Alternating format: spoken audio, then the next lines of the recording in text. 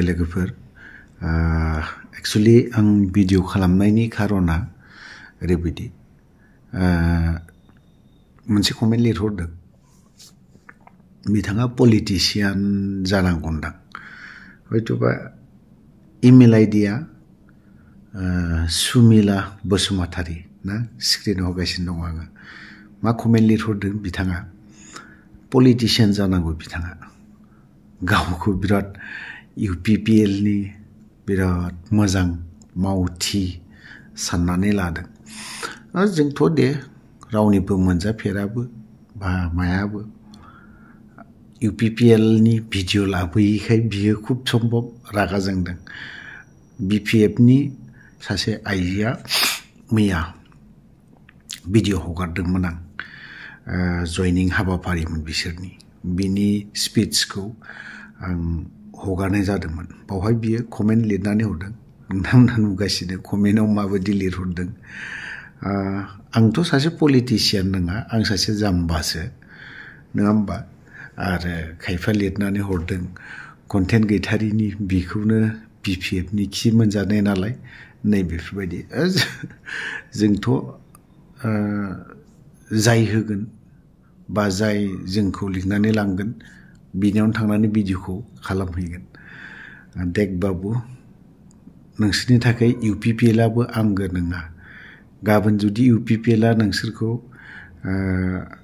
माबा मोनसे बुङोब्ला नोंसोरो UPPL नि हेंथा जागोन गाबोन जुदि UPPL सरकारनिफ्राय स्किम बा माबा मोनसे मोनाब्ला नोंसोर UPPL नि हेंथा गोरा गोख्रों बुंग्रा जागोन अब्लानि समाव सोरांगो जालायगोन BPF ना बेफोरबायदि नोंसोर बायदि मानसिया बेयाव बास्लायलाय बैयाव बास्लायलाय जेरै मोख्रा ना मोख्राफोरा बैयाव बास्लायलाय बैयाव बास्लायलाय बेफोरबायदि जायो खारन नोंसोरनो आंगो लोगो गैया जोंथ' पलिटिशियानबो नङा बा जेबो नङा BPF निबो नङा जों UPPL निबो नङा जोङो एज ए जनसाधारन पाब्लिक हिसाबै जों दं आरो जों मोनसे इउटिउबाव सालायनाय हिसाबै जों हगारो जि मोनो जों बे भिडिअखौनो हगारो UPPL निखौनो होन UPPL निखौबो जों हगारो बिसोरनिखौ जों बखौबा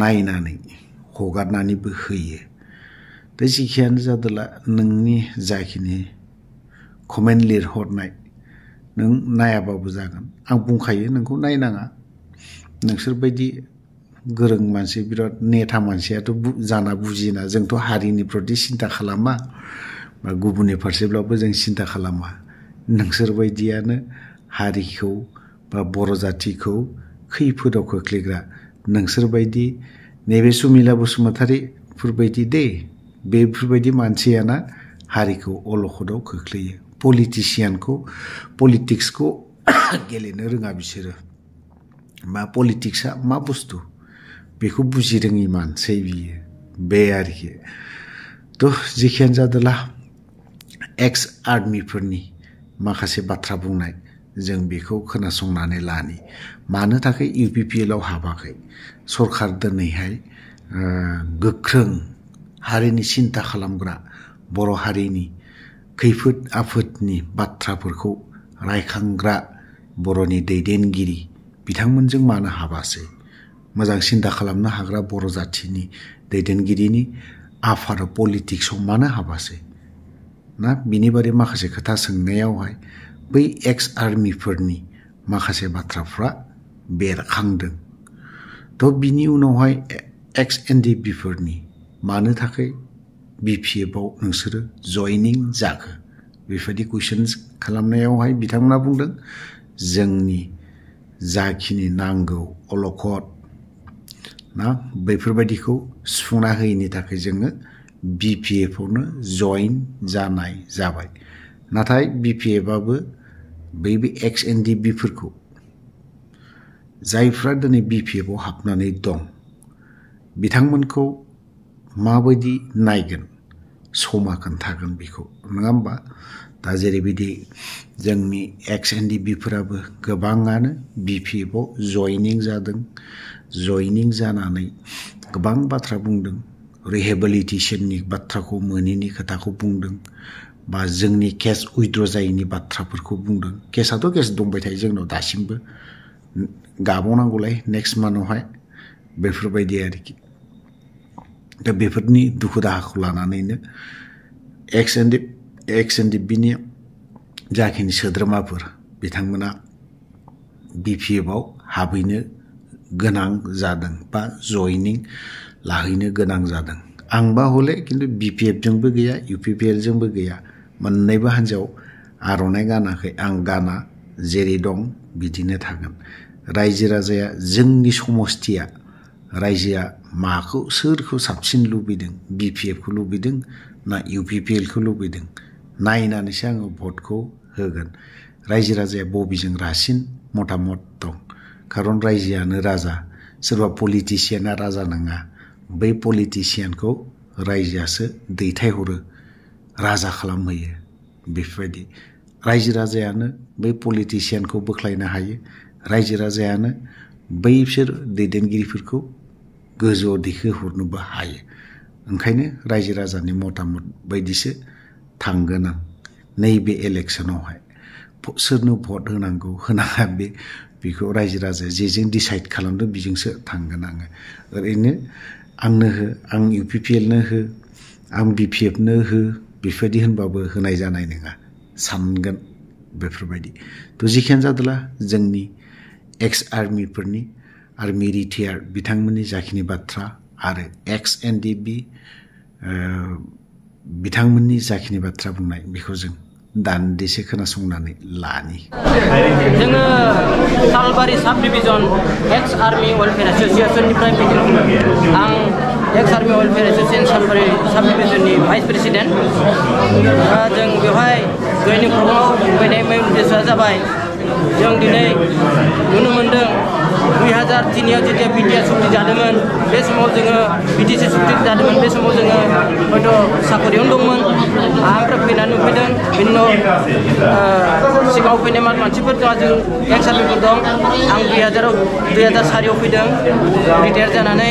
बिनिफ्राय सानसे जों खोब BPF दलजोंनो दुगाथाव दंबाय दंमोन। बिनिफ्राय जों मोनसे नुनो मोन्दों लासै लासै जितु दाखालि बावै जालांनाय 2022आव जालांनाय जितु BTR सुक्ति, बे सुक्तिया जोंनि जितु BTCनि जितु अधिकार, जितु मोनथाय, बे लासै लासैनो गोमानो हमजोबदों। बेनिखायनो जोंबो सिन्था खालामदों BTC रायजोनि सार्थखौ लानानै जाहाथे बै जितु जुदि BPF हान्जायानो जि मोजां खामानिखौ मावबोदोंमोन बेखौनो जाफिननांगौ।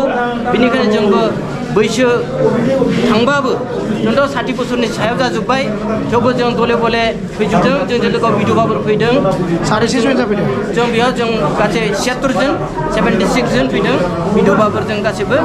आरो जों बेखौनो आसा खालामो इयुनाव जाहाथे BPF-आ सासन भार लाफिननो हायो। हाग्रामा महिलारि सारा जाहाथे BTC-खौ मोजाङै जाफुंफिनलांनो हायो, बेखौनो जों आसा खालामो। जों दिनै बे जयनिंआव फैदों। नंगौ रायजो राजाफ्रा लुबैदोंमोन परिबर्तन जागोन होननानै, हयथ' हाग्रामा सारनिख्रुइ बांसिन मोजां परिबर्तन जागोन होननानै रायजो राजाफ्रा सानदोंमोन। नंगौ बेखौबो फोरमान नायबाय, नाथाय बे दिनै 3 बोसोरनि गेजेरावनो बिथांमोनखौ रायजोफ्रा लासै लासै नागारनो हमदों आरो बिसोरनि सायाव एखेबारे भरसा गैया जादों, आसा गैया जादों। मानो होनोबा नोंथांमोना रायजो राजाफ्रा नुनो मोन्दों जिथु जाहा डिपार्टमेन्ट मोन्दोंमोन BTC-नि कारनै 40टा डिपार्टमेन्ट मोजां बे डिपार्टमेन्टखौ बिसोरो 16टा डिपार्टमेन्ट BTR सुक्ति जानायनि उनाव बे डिसफोराव हरफिनदों। बेनिफ्राय जोंहा दा जितु EM हक MC MLA हक बिथांमोना एख' सासननि क्षमतायानो गैया। सासे MLA-आ जिमान पावार जानांगौ, दा जोंनि EM-आबो एसेबां पावार जानांगौमोन, नाथाय बिथांमोना दा जोंनि EM-फ्रा एख' पावार मोनाखै, एख' मावनो हाया। गासैबो बिबानखौ DC-नो हरदों। DC-आलाय मा खामानि मावना होनो जोंनि BTC-आवलाय? बैफोर DC-आथ' BTC-नि खना खना गिदिङा। बेनिखायनो जों आसा खालामो जोंनि कर्मकर्ताफोरा BPF-खौनो लाबोनांगौ आरो हाग्रामा महिलाफोरखौ चिफ खालामफिननांगौ आरो खालामथारगोन।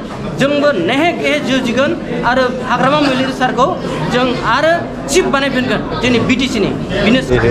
XNDB পৰা আহিছোঁ।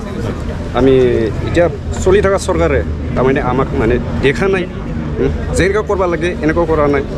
যেনে অন্য মানুহতে মানে এক্স বা ননৰ মানুহ মানে যেনেকৈ পাই গৈছে আমি ৰেলিভেশ্যন আমি পোৱা নাই সেই হিচাপত আমি আমাক নোচোৱাৰ কাৰণে আমি বিপিএফৰ পৰা আহিখিনি আমি চালেণ্ডাৰ কৰিছোঁ সেই হিচাপে বিপিএফ হিচাপে আমি কামটো কৰি যাম তাৰপৰা কি ভাবোঁ মানে আমিতো মানে যোনী চৰকাৰে নতুন আহিব এই চৰকাৰে মানে এক্সাম্পল হিচাপে মানে এইটো যি ছিষ্টেমত কৰি যাব লাগিব ছিষ্টেমটো বাঢ়াই দিব লাগিব আমাৰ হিচাপে